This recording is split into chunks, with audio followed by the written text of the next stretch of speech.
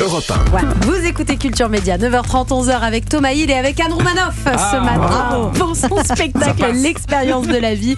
Anne qui revient à Paris pour 5 dates exceptionnelles. Notez-les, 22, 29, 30 juin et les 6 et 7 juillet au Théâtre des Mathurins. Et c'est avec des gants de boxe que vous parlez de votre expérience de la vie, Anne Romanoff, une expérience de femme, de mère, de mariée, de divorcée.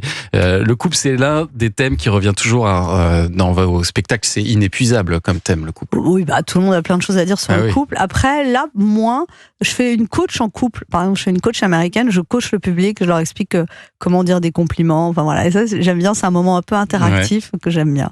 Vous parlez aussi des 3 S et des 3 R. Oui, je dis qu'au début, le couple, c'est les 3 S, surprise, séduction, sexe. Après, c'est les 3 R, reproche, routine, ronflement. C'est bien résumé. C'est bien résumé, finalement. C'est simple. Et dans votre spectacle, vous abordez aussi un thème très à la mode, le développement personnel.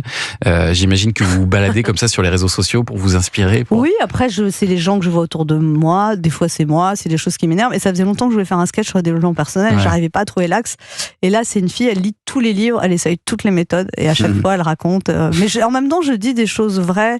Elle retrouve des vies antérieures, elle fait de la psychogénéalogie, elle lit les livres tous les livres de la magie du rangement, les 5 blessures qui empêchent d'être soi-même. Enfin, elle essaye toutes les méthodes. On en connaît, des comme ça. On en a dans notre entourage. Bien sûr. Quel rapport vous avez avec les réseaux sociaux ? Vous y êtes beaucoup, vous êtes très présente. Ouais, je scrolle pas mal sur Instagram. Ouais. Je suis pas TikTok, mais c'est pas parce que je suis peut-être pas ma génération, mais non, pas mal Instagram quand même. Il y a quand même un temps. Il y a des fois, je vois des vidéos.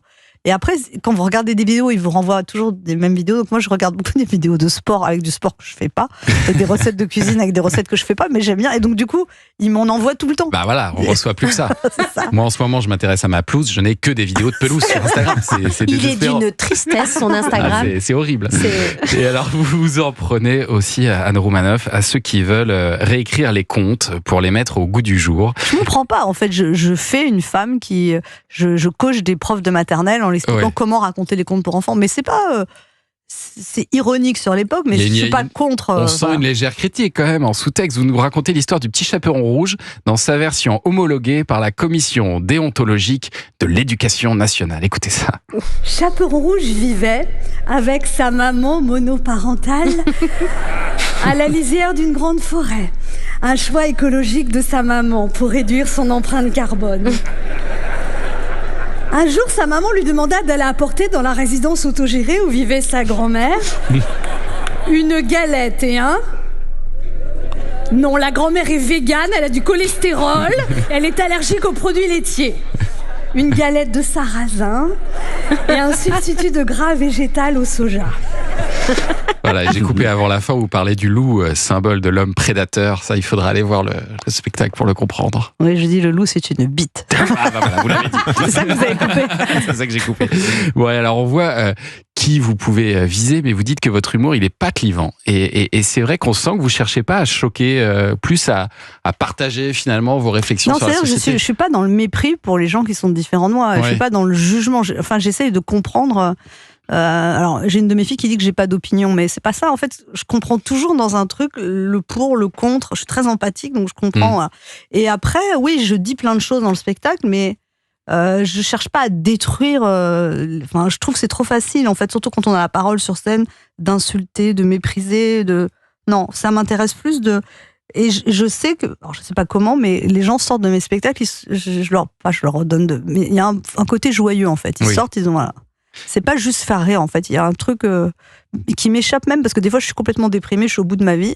Et je vais sur scène et... Vous donnez de la joie. Ouais. C'est même moi, je me donne de la joie. Ça vous surprend même moi, quand je suis mieux aussi après mon spectacle, je sais pas comment ça se fait. C'est mystérieux. Et d'ailleurs, il y a une chose qui vous inquiète, et vous avez bien raison, Anne Romanoff. Vous dites c'est le manque de dialogue, le fait qu'on est tous en train de devenir totalement intolérants aux opinions des autres. En fait, on ne supporte plus que les gens ne pensent plus comme nous.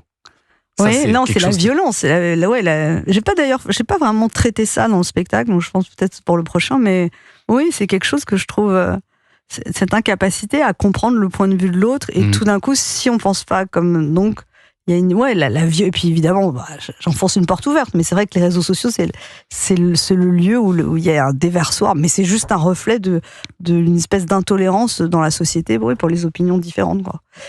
Et alors, votre spectacle, il se conclut évidemment par votre séquence culte, née chez Michel Drucker, Radio Bistrot.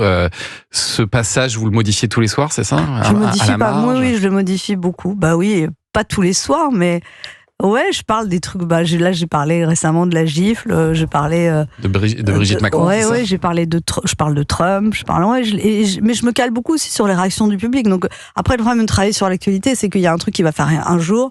15 jours après, en fait, les gens sont passés à autre chose. Ah oui, vous le sentez ça dans le public? Oui, bien sûr. Alors donc ça, et après, attention, ce passage dure quand même 15-20 minutes, donc je change pas 15 minutes tous les soirs, c'est pas possible. Mais ouais, il y a 2-3 minutes, et encore une fois, je me cale, et si ça marche, je le refais le soir d'après, si ça marche pas, je vais...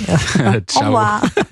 Ça s'appelle L'Expérience de la vie, le spectacle d'Anne Roumanoff. C'est à voir pour 5 dates exceptionnelles, mais ça va continuer après. J'ai des tournées, je vais être à Fourmies le 9 juillet, je sais pas où c'est, mais dans l'Aisne. Ouais. Non, je suis dans le sud aussi, à Roquebrune, alors je sais plus lequel, mais à Roquebrune... Sur Argent. Mais non, il y en a deux, sur Argent, c'est là où il y avait du pont de Ligonnès, c'est l'autre. L'autre fois, j'ai donné un autre Roquebrune. C'est vrai que c'est là qu'on l'a vu. Ouais, et aussi, c'est ça. Mais en tout cas, là, il y a 5 dates, 22, 29, 30 juin et les 6 et 7 juillet au Théâtre des Mathurins. Allez rire avec Anne Roumanoff sur scène, vous allez vous régaler. À Opède, voilà. À Opède? Oui, ça valait le coup de le dire.